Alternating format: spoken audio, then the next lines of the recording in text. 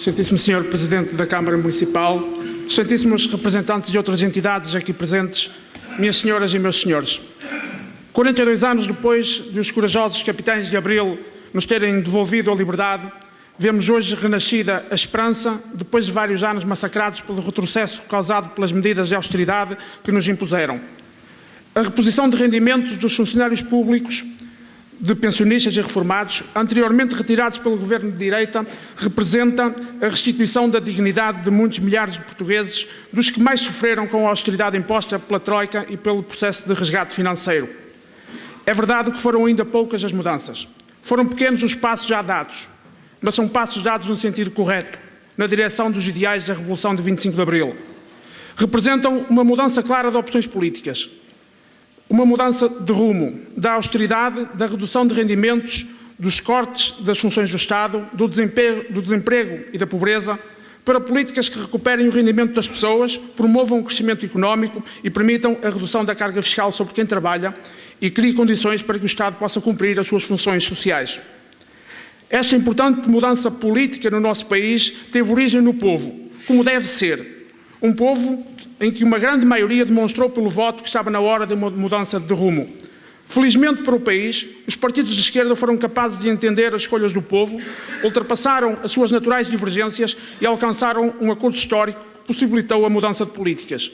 Também aqui se cumpriu Abril. Há hoje condições políticas para seguir um caminho de recuperação e de melhoria das condições de vida da maioria da população. Mas não tenhamos a ilusão de que este processo seja fácil. Desde logo pelas diferenças políticas dos partidos que dão suporte parlamentar ao atual governo. Em segundo lugar, a direita mais radical continua a querer a sua austeridade e continuar a impor, por essa via, desigualdades e a diferença de classes na nossa sociedade. Não terá sido por acaso que apelidaram de geringonça o acordo de esquerda, desejosos de que não funcionasse e que não nos lembrássemos das geringonças de direita que ainda se aguentam no poder em algumas câmaras municipais do nosso país. Temos ainda as instituições europeias e o FMI que continuam a querer impor-nos o seu fanatismo neoliberal, completamente insensíveis às necessidades do povo português. Pior que isso, ignorando as suas escolhas políticas feitas democraticamente. A própria Comissão Europeia continua a levar a cabo a sua agenda ideológica ao aliviar os prazos de cumprimento do déficit a países com governos de direita, ao mesmo tempo que exige mais sacrifícios e dificuldades a países que escolheram outra via, como é o caso da Grécia e de Portugal. É muito importante que o governo português seja capaz de cumprir as nossas obrigações internacionais, mas sem ceder a este tipo de chantagens. Estes tecnocratas que comandam a União Europeia e o FMI continuam a não perceber, ou a fazer de conta que não percebem, que a austeridade nunca resolveu qualquer problema dos países onde foi imposta. Nem sequer resolveu os seus problemas financeiros e estruturais, e, pelo contrário, originou sempre enormes problemas sociais. A austeridade serviu apenas para obrigar o povo a pagar as negociatas do sistema bancário e financeiro e também o monstruoso esquema de fuga ao fisco em paraísos fiscais que recentemente o chamado Panama Papers veio a demonstrar. Esta Europa, onde estamos inseridos, insiste em tratar as pessoas como mercadoria, como é exemplo o recente acordo com a Turquia sobre a questão dos refugiados. Também a União Europeia precisa urgentemente de uma revolução que mude o seu paradigma, sob pena de se desintegrar. E não é apenas a União Europeia que precisa de mudar de rumo. Também no nosso Conselho é urgente essa mudança. O populismo asfixiante esconde sempre uma realidade diferente. O famalicão do Made in está longe do famalicão de uma parte significativa da população, principalmente de quem continua, em pleno século XXI, a não ter acesso a abastecimento de água e saneamento básico, critérios universalmente usados para definir a qualidade de vida das populações. Temos um executivo municipal focado apenas no seu made in e que deixa para segundo plano aquilo que é da sua exclusiva responsabilidade, como, por exemplo, a rede viária ou os equipamentos desportivos e de lazer. O glamour de uma ou duas provas de BTT ou a primazia do futebol não podem esconder a falta de uma pista de atletismo com condições para a prática de todas as especialidades do atletismo. Esta falta de equipamentos tem levado a que muitos jovens tenham abandonado a competição e aqueles que continuam são forçados a treinar em concelhos vizinhos. Mais grave ainda, alunos de escolas e população em geral estão privados da utilização de equipamentos públicos para poderem diversificar a sua atividade física, tão importante para a saúde e bem-estar das populações.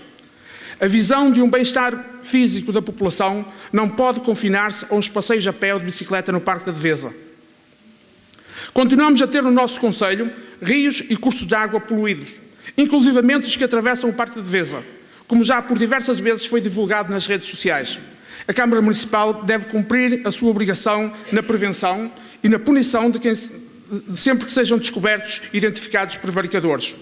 O meio ambiente é um importantíssimo património e todos nós temos a obrigação de zelar pela sua preservação. Continuam por construir parques verdes e de lazer em diferentes zonas do nosso concelho, para que não haja famalicenses de primeira e famalicenses de segunda, e para uma melhor coesão territorial. Não podemos aceitar que a opção pela gestão de conflitos judiciais de negócios ruinosos para o erário público feitos pela Câmara Municipal ao longo dos anos comprometa seriamente o desenvolvimento e o progresso do nosso concelho.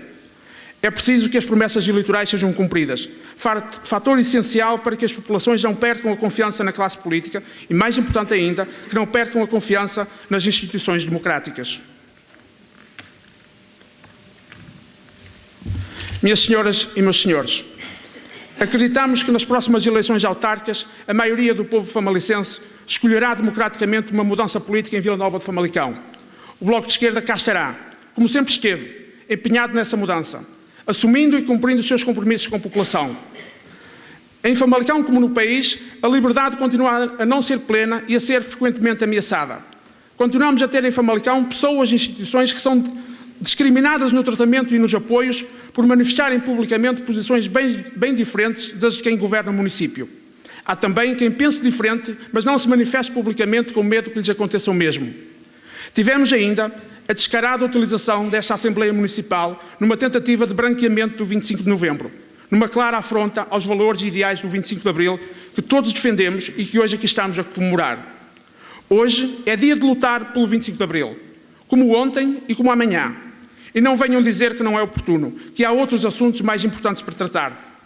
Todos os dias são dias de lutar pela liberdade e pelo desenvolvimento.